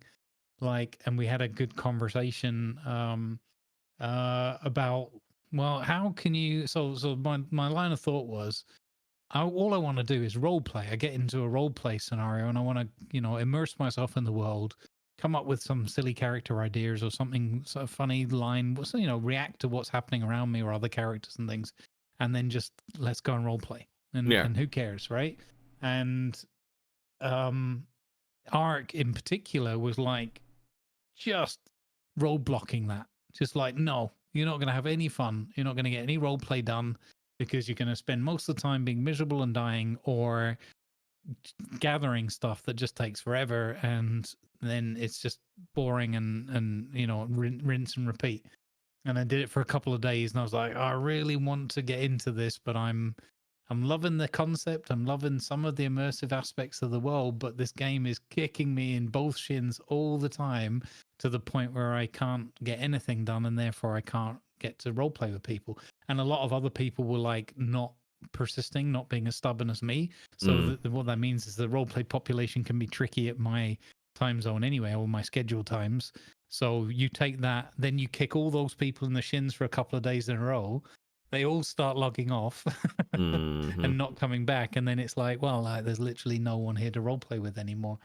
And it got me thinking about, well, what if everybody got given a starter kit or some access to resources, or in Conan you have creative mode. I was like, what if everyone was given creative mode for like the first few days to get set up, and then there's no cost. There was none of the whole going out and gathering and all that kind of stuff. You just boom, you had your starter base and off you go, and then they take it away from you. And people were like, well, if you had creative mode, then you don't have that whole go out, see the world, explore, have the dangers, have the risk reward, and sometimes just gathering resources. Like I like to go and just smash a rock sometimes, like in Conan. And I thought, that's a good point. So something like creative mode will probably be overpowered. Like it'd be good for a server team, like they do on Conan, where they set up things and adventure quests and stuff we talked about before.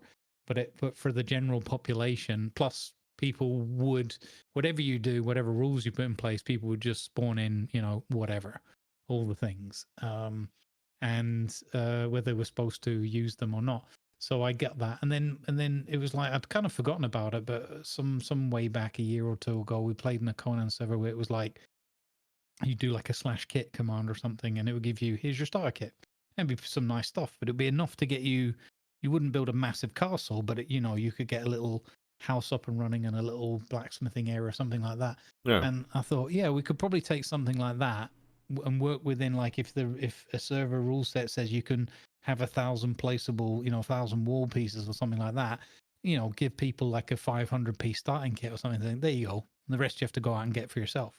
Yeah, Um, that's something that I always think is a good idea. Like, just look at mhm, the summer vacation we did with Eco with mhm, stats, where when you logged in, you went to sign everything and so on. You were given basic tools, mhm, but not only that, we already had a pre set up piece of land that was secured yours. You didn't have to go out and look for a good place to settle or anything. Like, you could if you wanted to, by all means, mhm. but you didn't have to. Like, you were given a starter kit, and I love that idea because it removes that initial grind you talked about.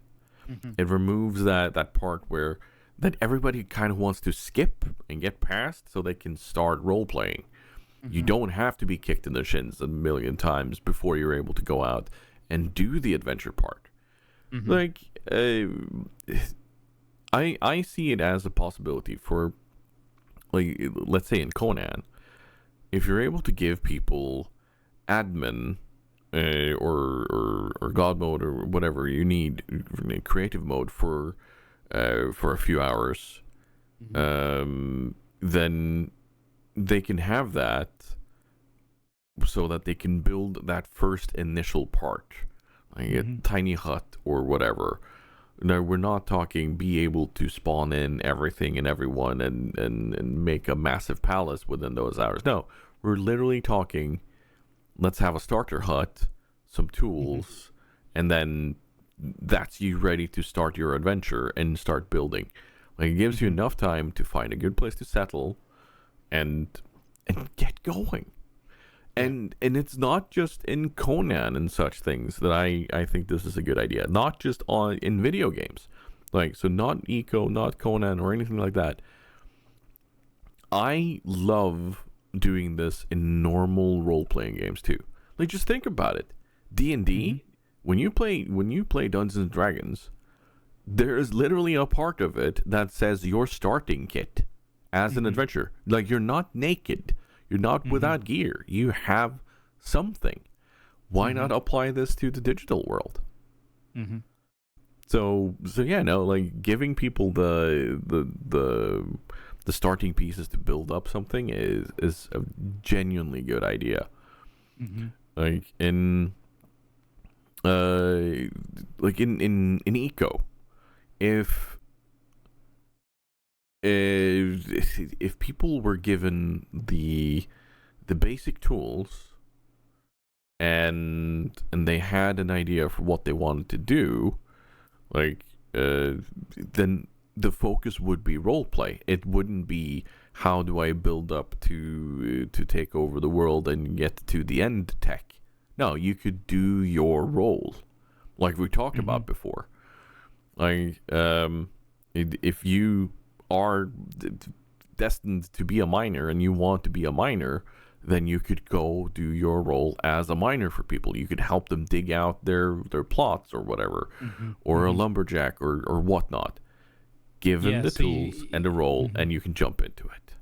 Yeah. So they start spending their time interacting with others and helping others, rather and Exactly. being part of a pixel community, rather than spending all their time having to get ahead. Yeah, exactly. That's kind of my thinking. You know, I'd completely forgotten about until you started talking about it. When I used to run my old D&D campaigns, we developed a system where I would give them all um, a sort of optional set of starting gear. They could either have some coin, or they Hmm. could pick like um, a common couple of common magic items, and either one one rare, or and two uncommons or something like that. Whatever the combination. Mm. But yeah, I hadn't thought about that for a while. We did the same thing because I thought that the starter kits, while it was, and that's the idea, right? With D&D, everything is adaptable, but it was a good concept, but it felt like it was too restricting. It's like, especially if you want to start with not necessarily higher level characters, but you want to say, okay, you'd be like, start at level 3, because everyone was like, should we start at level 1? Because I used to love it, and they'd be like, no, because we're all gonna die. I was like, oh, okay, let's start at level 3 then. And then like, okay, so you've been adventuring a little bit, maybe together or as a group, or maybe individually, and you've come together now. But you would tell me your backstory. What would be reasonable? What would seem legit to you? And I'd be like, don't worry about the price, and if it's too powerful, we can discuss it or change it up. But just tell me what you think would be reasonable that your character would have access to, and we would just come up with like starting gear specific to that character and their circumstance and the world setting. And had a lot of fun with that. I hadn't really thought about that for years, but yeah. See, there you go. Like it's like, let people role play, not power play or whatever. Exactly. It's I got one before we move on. Yeah. Because we're about to move to community contributions. Let us know in the YouTube comments or in our Discords, respectively, in our podcast channels. Give us your thoughts. What would be like one item or one, like, could be a tool, could be a material. Like, I'd like 100 blocks of wood to start with, or whatever. Just let us know your thoughts. What would be something that would help you get up and running from the point of view of enabling you to get into role play sooner or even immediately? And I know in theory you could just role play anyway. I'm broke, I've got nothing. But what would help you? What would be your starter kit? Tell us what would be your chosen starter kit item? Yeah. No, I like this idea. Let's hear from you. Which would be perfect for our community contributions, which is something we very much enjoy doing. We enjoy reading your comments. We enjoy reading your input, your questions, and whatnot. And this time around, we're gonna start with our Patreon exclusive question from Maringana. Actually, I haven't checked in a while. Do we have other patrons? I should probably check that.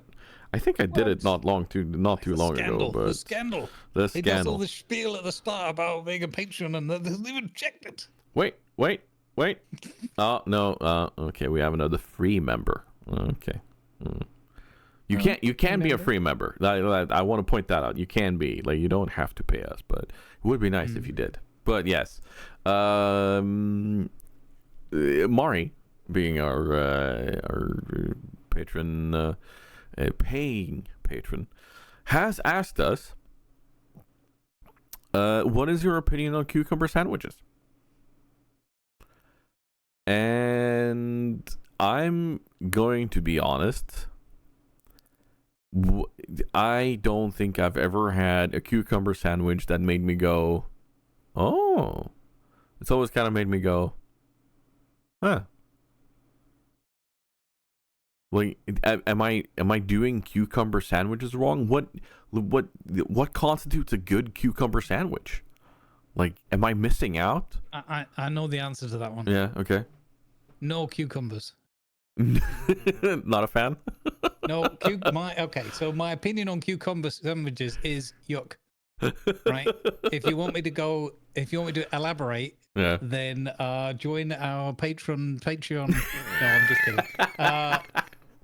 I think one element of it is it goes immediately in the direction of soggy sandwiches. No. And then we're dangerously close to the precipice that leads us down into the depths of soggy pizzas. No, okay, so we'll skip that. We'll dodge that. But I know, for me, a sandwich is not.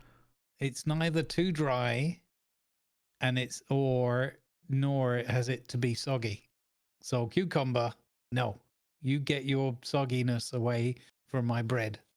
So I'm literally looking up cucumber sandwich right now, just to kind of get an idea, and the way it's described on Wikipedia is the traditional cucumber sandwich is a crustless tea sandwich, put together by thin slices of cucumber between two thin pieces of white bread, lightly buttered. And I'm just like, can can I toast it? Like, would that be okay? Because that kind of counteracts the sogginess. And can I have herbs and other things on it? Like, can I have like cream cheese? Can I make it a tzatziki sandwich instead? Like, what are the limits to it not being a cucumber sandwich anymore? I'm Also, just so confused by this. having made the mistake of Google imaging cucumber sandwich, I'm now looking at sandwiches where there's no bread, but the cucumber, with or without the rind, forms the crux of the sandwich, as it were. Okay. And there's ones with like bacon and stuff in it, and there's all sorts of nonsense going on. Whoever's out there cutting up cucumbers to use them as in place of bread, no, stop it. Okay, I'm very confused because I'm looking at my image search right now and I can only see bread. No, wait, there's one there. A cucumber sub, where it's a hollowed out cucumber and it has ham and the tomato and then the salad and some sort of cream cheese, I think. I don't know. Yeah. Okay, that's this is weird. Yeah. That's why would you do such a thing? Yep. You're I mean, it'll be refreshing. Yeah, but it's look, I don't know. It's just no for me. We were asked our opinion. It'll be a no for me. I mean, I'm gonna be like, okay, give me the world's best cucumber sandwich, and I'll test it, and then we'll see if my opinion on it changes from to We'll see. But that's where I'm currently standing on that. What a question. Yeah. Thank you. Yeah. Thank you to Patreon exclusive questions. Thinking about reconsidering our Patreon.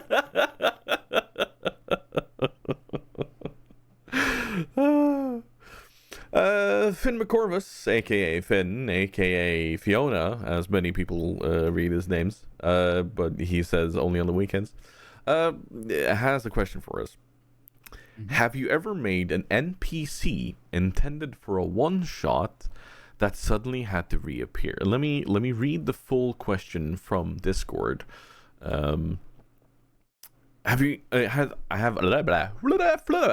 easy for me to say. I'm glad that you reread that. Now I understand it makes better. so much more sense, right? Have either of you made an NPC that was intended to be a one-shot appearance, giving directions or guidance to a specific location, and made the character so well liked or popular that your players demanded they reappear? Please tell us about the character and circumstances. Have you ever done that? Well, it's kind of sort of accidentally, a couple of times. One was with Crumbs the Tressim, the cat dragon. That is now my little Crumbs mascot. Because he was just a cheeky little cat, just being cute and stealing people's food and stuff. But the other one was was old Reggie. Old Reggie was just like a little throwaway. I was like, what if there's this old, has-been adventurer who took an arrow to the knee at some point and he's just, curled up by the fire, and they just have an interaction with him in a tavern. And they would come back from adventures like 2 or 3 weeks later, like, real time from several sessions later, and they'd finally make it back to town and the tavern. And they'd be like, I bet that bloody Reggie's here claiming that he was somehow involved in the, because he was embellishing and telling stories about how he was the real hero of the various adventures that our actual characters were going on. And I was like, well, yes, it's funny you mentioned it. You hear a familiar voice with a crowd around him, avidly telling a story of a recent, battle. And it's old Reggie. So yeah, they kind of, for me, it was just like, oh, this will just be a funny little, everyone loves the whole arrow to the knee former adventurer joke. So I thought it'd be quite funny.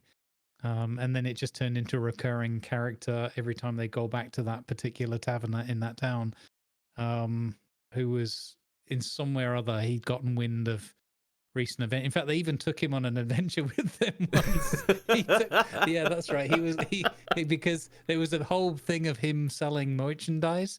He was selling T-shirts and things. No, nice. Where it was like the adventures were featuring and events from their escapades, but it was always with Reggie drawn as like a big strong knight in shining armor, like rescuing them, or he was the one beheading the dragon and stuff like that in the stories. And they were like, this is some BS. And then one of the other characters was like, two or three of the characters were like quite upset, and one of those was like, how much money are we making from these T-shirt sales? And I was like, you're actually doing quite well. This brought in 52 gold this week, and they're like, whoa, okay, 52 gold in a week. Well, it wasn't. I don't remember the numbers, but still, right? yeah, okay. It was relevant to the world setting. Yeah, it made sense. But it was enough for them to be interested in it. But some of them were still like in their characters. They were like really pissed off that this guy was plagiarizing and pretending to be this great hero on all these adventures. But and so it was just funny to see how the different players and their characters responded and interacted with. Like some of them would be really sarcastic. Others would just completely snub him and ignore him. And others were like, hey, Reggie, do you want to have a chat about a marketing idea I have? Trying to make even more money together with him. Like, they think they started selling potions and drinks with the labels of the group on the bottle and stuff. It was good stuff. So, oh, wow. Yeah. Nice. Well, I think one of them even cast on magic to change the imagery on some of the T-shirts or whatever, so that Reggie looked like a bit of a buffoon rather than a hero. So...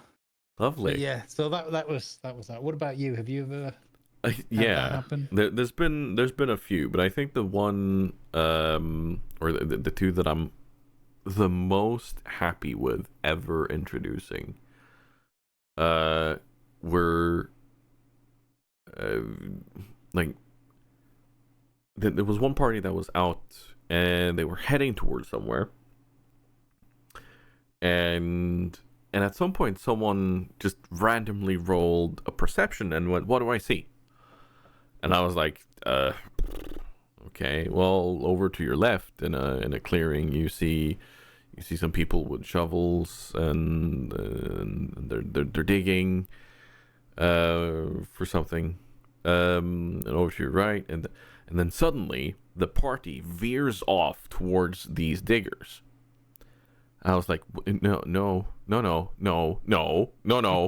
not doing this. And they started questioning them. Why are you digging here? What are you doing? And then it was just like off the top of my head, we're digging for air.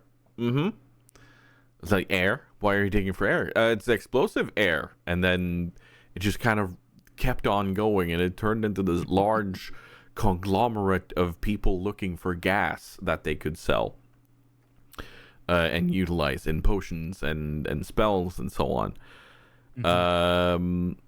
But I think my very favorite one is random goblin number 3 from the right, who turned out to be a shopkeeper. Because he was supposed to just kind of gently nudge the players and, oh, you need to go that direction. Because he overheard them. But then they were like instantly, oh, who's this guy? What's his name? What's his backstory? I'm like, he's random goblin number 3 from the right. That's a weird name. Yeah, he's a goblin, you know? And it's that sort of thing. And it just kind of piled on. And then, and just like you had with Reggie, when they came back to this town, they were like, oh, we should go see if we can find random goblin number 3 from the right. I'm like, why? No. Oh, I hate these people right now.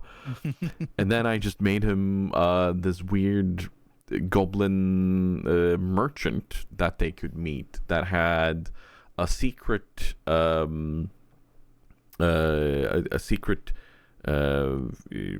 shop where it was just a tiny tent, but in that tent it had a basement you could go into through a magic doorway, and it led to this large warehouse full of magical items and normal items and food and so on. and yeah, he became a staple. He became a staple for them to look for.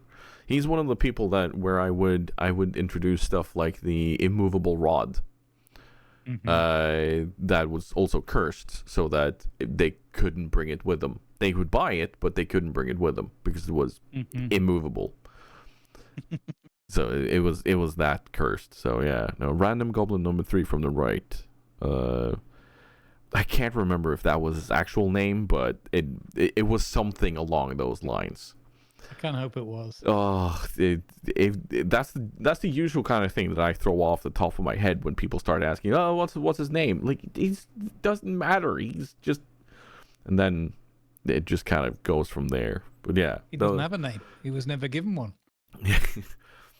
But I try not to give that sort of answer because it kind of removes from some of the immersion and so on. You could make people feel really sad for him straight away. It's like, oh, okay. Well, fair enough. I am No Name the Goblin. Yes. I am the DM's gonna drop a piano on me soon if you don't move on. Yeah, exactly. Is that a clunk? Oh, well, shoot. I guess we have to move now. No, those are probably my 2 most notable ones. Yeah. It's a very good question. I like that. Some people have included some little victories, which I thought we could talk about very quickly. Okay. Maringana's little victory is she's going to GamesCom together with me. Hooray! Oh, wow. Yeah, Nice. we're both going to Gamescom. So we were talking a bit about this now when I was in Germany, and I've always wanted to go to either Gamescom or TwitchCon or stuff like this. And then we kind of just said, screw it, let's go to Gamescom. Nice. So I've started saving up, and she's already paid for the tickets. And my favorite thing about this is that it's going to lead to us being able to be together for a long time, because she's coming here first, and then we're going to be going to Germany for Gamescom and a few things. So it's going to be more than just our usual month together, which I'm really looking forward to. Nice. That's going to be good. That's win. Yeah. And we also really want to hook up with people from the community. So if anyone else is going to Gamescom, or is in the area, please do let us know. We'll see if we're able to fit in some sort of meetup or say hello. Finn has a pretty cool little victory. Where I'm again going to go to Discord to read through it all. Finn's little victory is getting his ADHD diagnosis. Way! Congratulations. But not only that, he's also saying that he's increasing the workout schedule and slowly seeing the effort reflected in his body, build, and shape. That is amazing. That is very cool. And we celebrate this together with you, and keep on going. Well done. Good vibe. Good vibes indeed. And that brings us to the last part of today's port exiting the shenanigans. I don't know. It's our usual thing of something to smile about, which is kind of fun to go from little victories to something to smile about. I like that. As far as possible, I think we should keep that. That's a good thing. What do you want to smile about this time around? I want to smile at there's a lot of stuff and nonsense that goes on in the world all the time, and we are often powerless to do anything about it. And I'm one of those people that tends to get very, very depressed and down about those things, to the point where I have learned through my life that I have to completely avoid mainstream media and news and stuff like that, because I feel like a lot of that is designed to not so much inform us, but to shepherd us into a collective depressive psychosis state. So I just try and ignore it. But there's times where it's dialed up to 11, and there's so much nastiness going on that you can't. It's not that I ignore it because I don't care, but it's because it literally will ruin my life, and I won't be any good, and I won't be able to bring smiles and do what I can to try and contribute to the good side of things, positive side of things. So there was the solar eclipse event, and I really like things like that because not only are they quite rare, and but they garner a lot of people's imagination and focus and attention, and it's an opportunity for everybody, in their own way. That I can describe obviously how I feel about it, but I like it because it reminds me to be humble and to recognize that I'm just a speck of dust in the cosmos or whatever, and it's just something that makes me smile and really gives me a bit of warmth in my heart to see millions of people around the world just kind of having that, however they interpret it and whatever it means to them, but generally that sense of like, oh my goodness, this is incredible. Like, look at this. The world just went dark for like 4 minutes or whatever in some places, and obviously not everybody can experience it. Not everybody, even if they're in the area, they might have been adversely affected by it or whatever. It's anything's possible, but overall, I like that moment where we come together as a species and kind of put everything to one side and go, look at that great big ball of fire in the sky. It's just been extinguished. That's pretty scary, but exciting. And like generally that there was an atmosphere of, and now because of the technological age that we're in and the advancement of those technologies, you're able to share that like instantly, live stream it all across the world. And so many, Hula had his stream of it going in the background. They put some extra effort in with cameras and views and whatnot.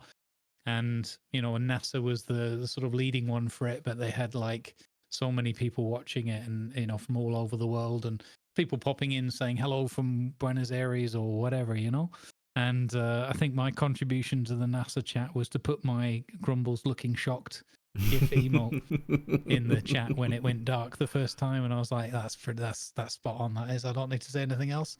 Yeah, so that's mine. It just made me smile because I wish we could find more things to celebrate together and really come together and say, let's not do all these bad things to each other. And I know life's difficult and we can't always agree on whatever, and no one's necessarily right or wrong per se, but the first thing we could probably agree on is let's not hurt each other.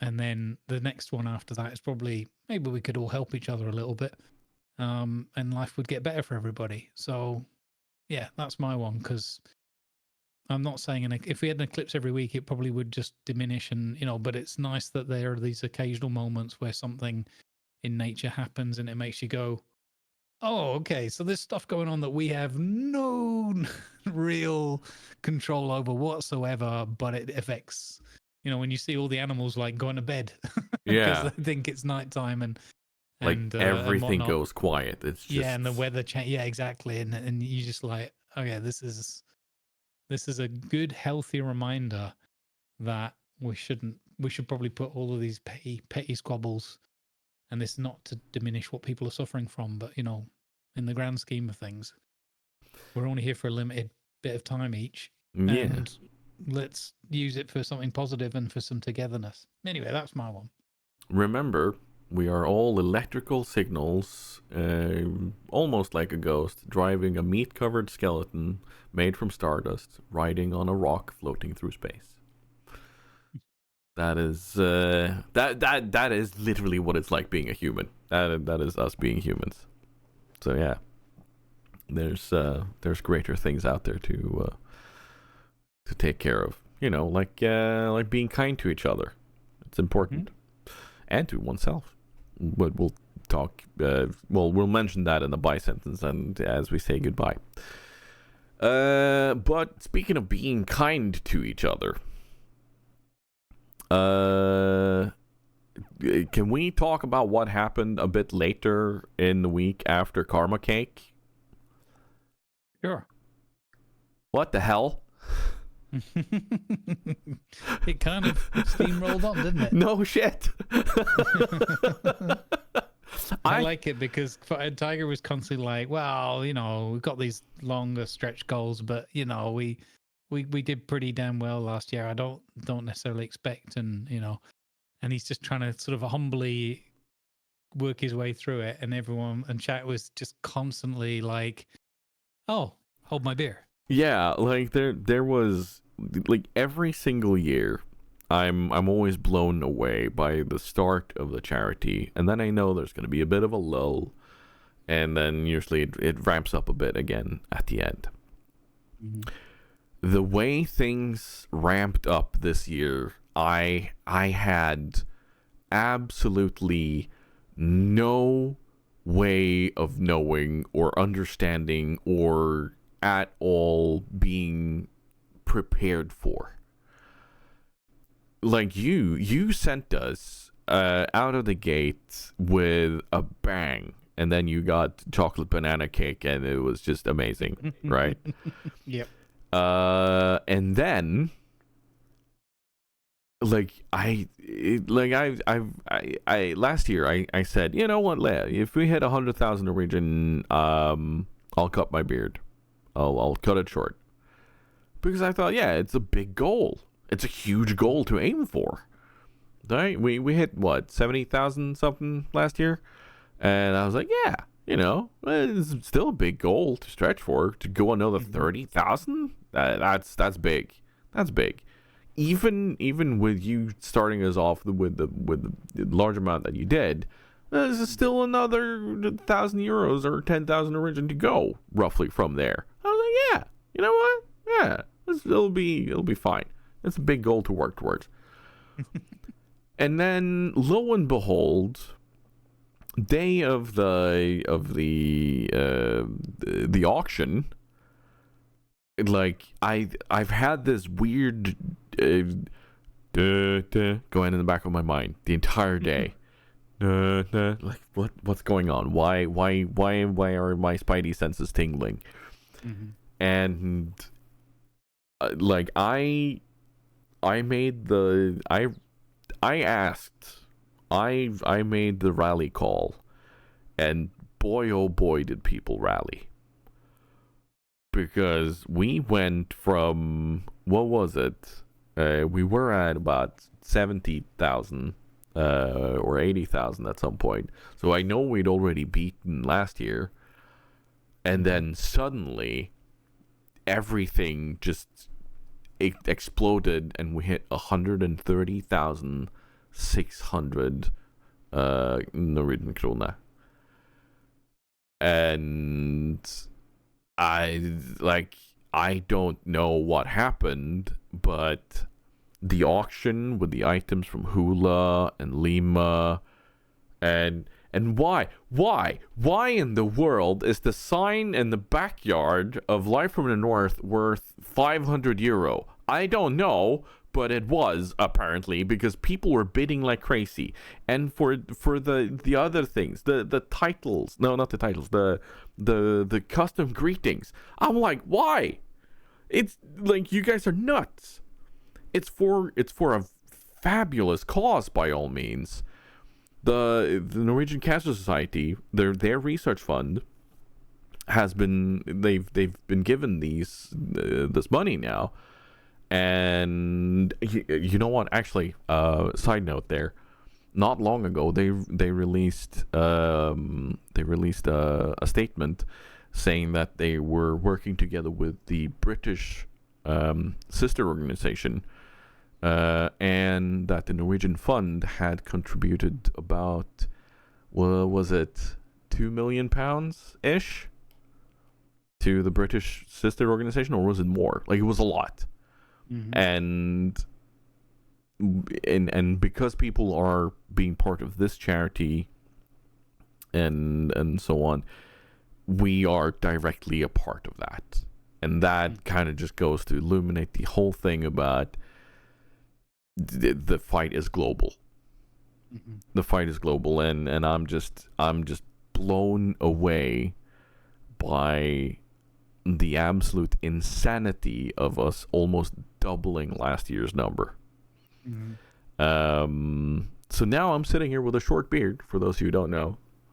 There's been about 40 centimeters cut off my beard. Yeah. Feels good. Feels weird, but feels good. And that's my something to smile about. The absolute insanity of it all. Awesome.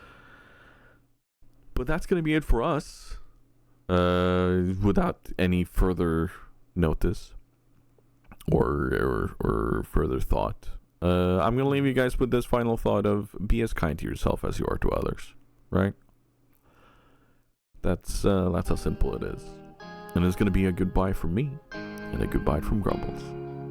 Bye.